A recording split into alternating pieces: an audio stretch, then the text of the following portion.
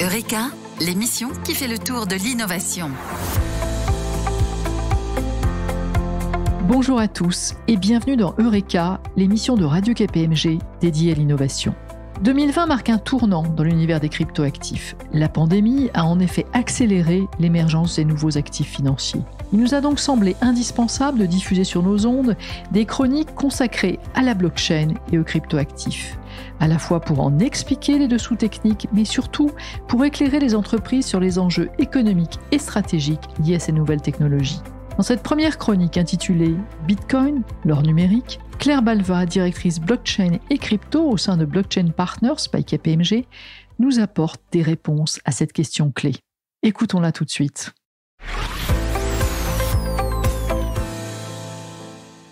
Bitcoin, le plus célèbre des cryptoactifs, a été créé en 2009 par un mystérieux anonyme, Satoshi Nakamoto. Le livre blanc de Bitcoin le présente comme un système de cash électronique de pair à pair. Mais quelles sont les différences entre Bitcoin et une monnaie classique ? Contrairement à l'euro, par exemple, Bitcoin n'est pas géré par une banque centrale, mais par une communauté de passionnés, d'entrepreneurs. Toutes ces personnes, particuliers ou professionnels, détiennent une copie du grand registre des transactions réalisées en Bitcoin, la fameuse blockchain, qui se met à jour grâce à des algorithmes. Bitcoin vous permet donc de stocker ou de transférer votre argent numérique sans dépendre d'un tiers centralisateur. On peut donc dire que c'est le premier actif qui est nativement numérique. Pourtant, malgré cette innovation technologique, Bitcoin pâtit d'une réputation sulfureuse. Ce serait la monnaie des trafiquants et du darknet. Cependant, plusieurs études comme celle de Chainalysis ont démontré qu'il n'y avait, en proportion, pas plus de transactions illicites sur Bitcoin que sur le dollar. On reproche aussi à Bitcoin d'être un désastre environnemental. Son mécanisme de consensus, la preuve de travail, consomme, c'est vrai, beaucoup d'électricité, entre 0,15 et 0,3% de la consommation électrique mondiale. Mais Bitcoin consomme aussi 33% d'électricité de moins que l'ensemble des appareils en veille aux États-Unis. Donc attention aux comparaisons faciles. Enfin, on reproche souvent à Bitcoin sa forte volatilité. Il n'est pas rare de voir son cours varier de plus de 10% en une journée. Cette volatilité due à la jeunesse de l'actif s'estompe au fil du temps. Elle ne doit pas cacher la capacité de Bitcoin à être une bonne réserve de valeur sur le long terme. Au-delà des reproches souvent faits à Bitcoin, il offre donc une vraie valeur ajoutée aux citoyens. Bitcoin ressemble à l'or, mais en version numérique. Cette comparaison est principalement fondée sur la rareté de ces deux actifs. Il existe une quantité finie d'or sur Terre et il n'y aura jamais plus de 21 millions de Bitcoin. Comme l'or, Bitcoin est fongible, durable et aisément identifiable, des attributs qui sont constitutifs d'une réserve de valeur. Autre similitude avec l'or, sa sécurité et sa non-duplicabilité, qui sont assurés grâce à la technologie blockchain. Autre avantage de Bitcoin, il vous permet de posséder réellement votre argent numérique. Vous pouvez le détenir simplement grâce à un mot de passe sur un bout de papier que vous êtes seul à connaître ou sur une clé USB, un ledger plus sophistiqué. Avec Bitcoin, les individus retrouvent donc leur souveraineté en s'affranchissant des intermédiaires financiers. Grâce à toutes ces caractéristiques, Bitcoin peut faire barrière à la censure.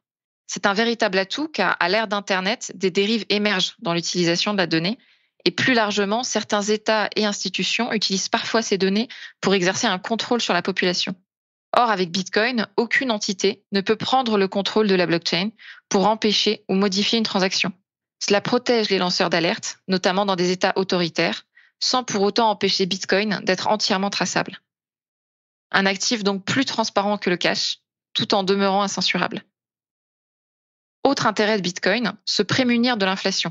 C'est peu visible en France, mais des pays comme la Turquie, l'Argentine, le Venezuela ou encore le Nigeria ont vu leur monnaie se déprécier d'au moins 20% face au dollar depuis le 1er janvier 2020, dollar qui s'est lui-même déprécié face à l'euro. Or, la dévaluation des monnaies nationales a pour conséquence d'apprécier le Bitcoin par rapport aux monnaies nationales.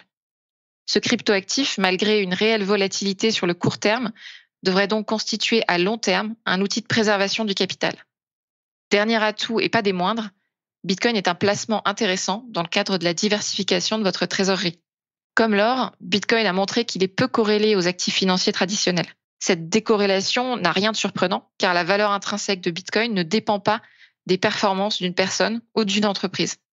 Parfois, sur des périodes courtes, Bitcoin suit le marché des actions, mais sur un temps long, on observe de manière empirique une décorrélation par rapport aux actifs plus traditionnels.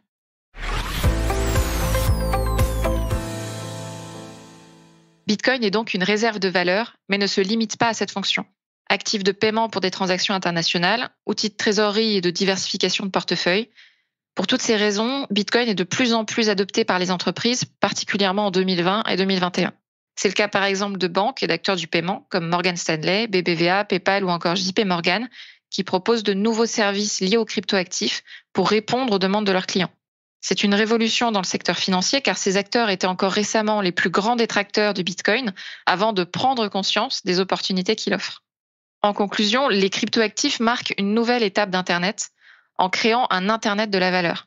Et logiquement, les questions soulevées aujourd'hui par Bitcoin et les cryptoactifs en général rappellent celles qu'on a connues lors de la création d'Internet. Et ce sont les citoyens et les entreprises qui apporteront les réponses. Pour aller plus loin sur tous ces sujets, blockchain partner by KPMG dévoile cette semaine une étude intitulée Cryptoactifs vers une révolution financière à consulter sur kpmg.fr ou dans l'application Radio KPMG. De mon côté, je vous retrouve avec grand plaisir le 16 juin prochain pour proposer une nouvelle chronique consacrée à la tokenisation. À bientôt sur ces ondes. Eureka, une émission de Radio KPMG.